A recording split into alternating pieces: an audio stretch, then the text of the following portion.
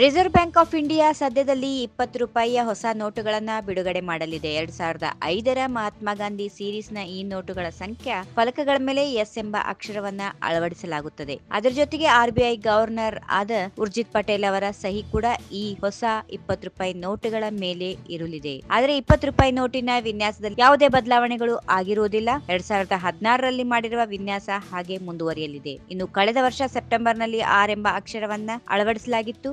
ಈಗ ಹೊಸ ನೋಟುಗಳ ಬಿಡುಗಡೆ ಬಳಿಕವೂ ಕೂಡ ಹಳೆಯ 20 ರೂಪಾಯಿ ನೋಟುಗಳು ಚಲಾವಣೆಯಲ್ಲಿ ಇರುತ್ತವೆ ಹೀಗಂತ ಆರ್ಬಿಐ ತಿಳಿಸಿದೆ. ಈಗಾಗಲೇ ನೋಟುಗಳ ಮುದ್ರಣ ಕಾರ್ಯ ಆರಂಭವಾಗಿದ್ದು ಶೀಘ್ರದಲ್ಲಿ ಬ್ಯಾಂಕ್ಗಳಿಗೆ ಅವುಗಳ ವಿತರಣೆಯಾಗಲಿದೆ. ಆರ್ಬಿಐ ಹೊಸ 200 ರೂಪಾಯಿ ನೋಟುಗಳನ್ನು ಸಹ ಬಿಡುಗಡೆ ಮಾಡಲಿದೆ ಅನ್ನೋ ಮಾಹಿತಿ ಸದ್ಯದಲ್ಲಿ ಹೀಗಾಗಿ ಬರಲಿವೆ ನಮ್ಮ ಬ್ಯಾಂಕ್ಗಳಿಗೆ 20 ರೂಪಾಯಿಯ ಹೊಸ ನೋಟುಗಳು. If you like this video ಬೇಗ ಲೈಕ್ ಮಾಡಿ, ಕಾಮೆಂಟ್ ಮಾಡಿ, ಶೇರ್ ಮಾಡಿ ಹಾಗೂ ಯೋಯೋ ಟಿವಿ ಕನ್ನಡವನ್ನು ಸಬ್ಸ್ಕ್ರೈಬ್ ಮಾಡಿ.